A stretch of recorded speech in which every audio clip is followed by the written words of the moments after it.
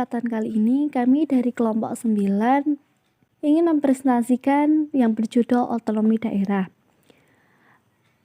Selanjutnya saya akan membahas mengenai pengertian otonomi daerah. Otonomi secara harfiah bisa dikatakan sebagai daerah. Dalam bahasa Yunani berasal dari kata autos artinya diri mereka sendiri dan nomos artinya hukum atau aturan.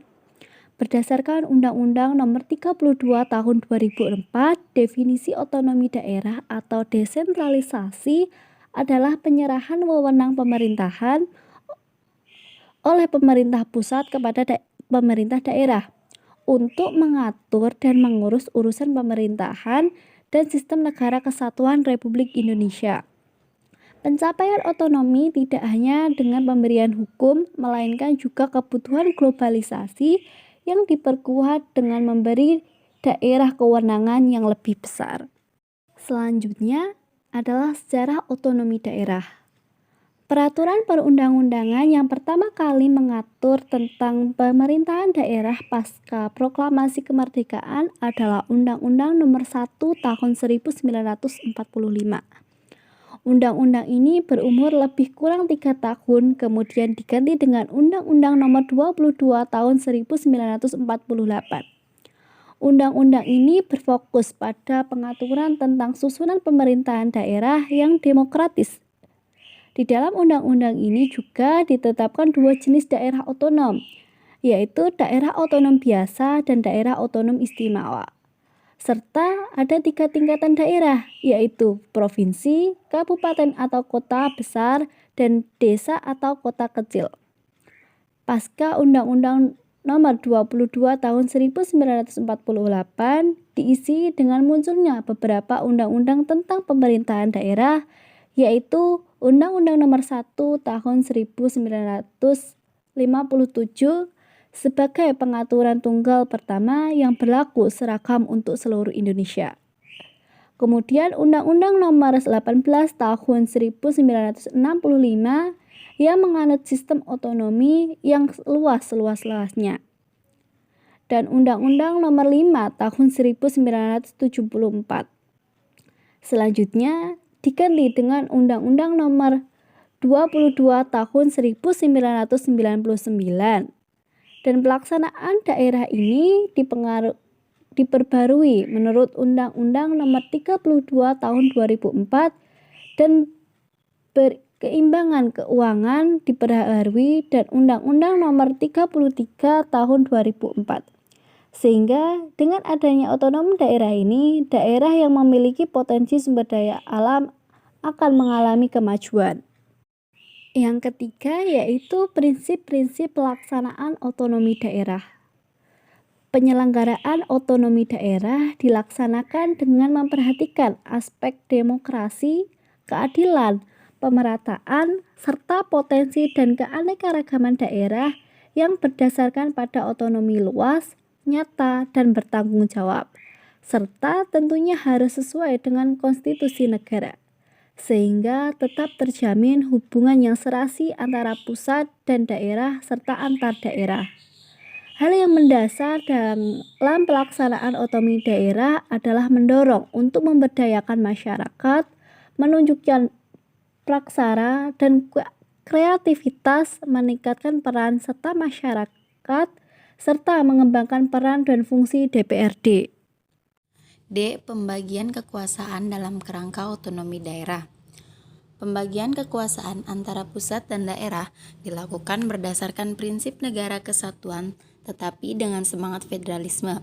Jenis yang ditangani pusat hampir sama dengan yang ditangani oleh pemerintah di negara federal, yaitu hubungan luar negeri, pertahanan dan keamanan, peradilan, moneter dan agama, serta berbagai jenis urusan yang memang lebih efisien ditangani secara sentral oleh pemerintahan pusat seperti kebijakan makroekonomi standarisasi nasional, administrasi pemerintahan, badan usaha milik negara, BUMN, dan pengembangan sumber daya manusia.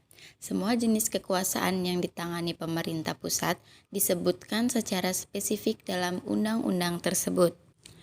Pemilihan, penetapan, dan kewenangan kepala daerah. Pemilihan kepala daerah.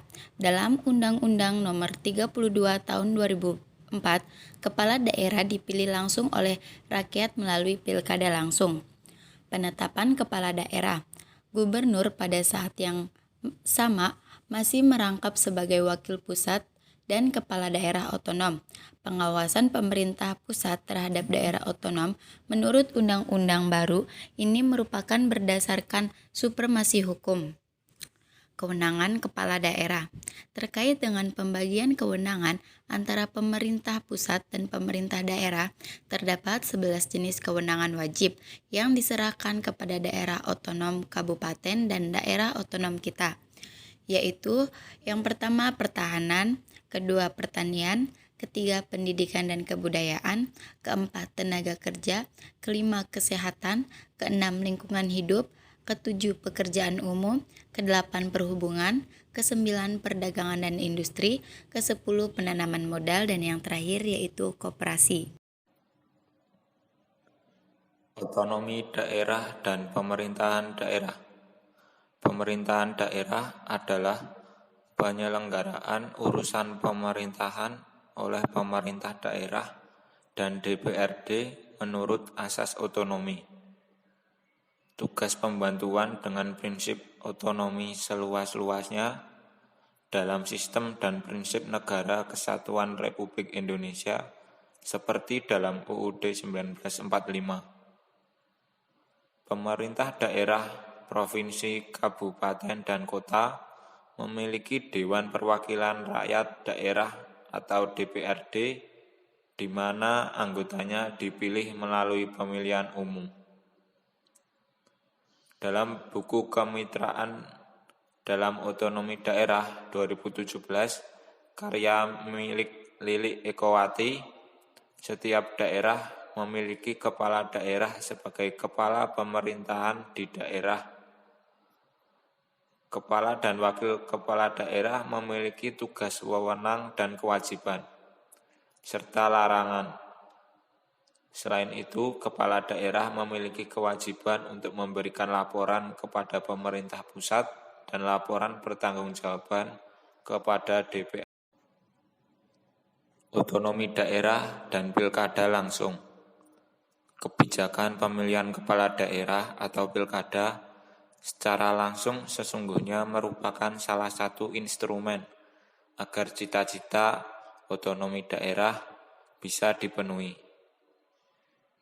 Idealnya, pemimpin di suatu daerah adalah figur yang mengenal persis daerahnya dan dipilih oleh rakyat secara langsung, agar kerataan emosional antara rakyat dan pemimpinnya dapat dibangun. Oleh karena itu, pilkada yang pada awalnya dilakukan DPRD, namun berubah mekanisme pemilihannya, yaitu dilakukan secara langsung oleh masyarakat, agar masyarakat memiliki figur pemimpin atas daerahnya yang mengenal persis daerahnya, serta dapat memajukan dan memakmurkan masyarakat pada daerah tersebut.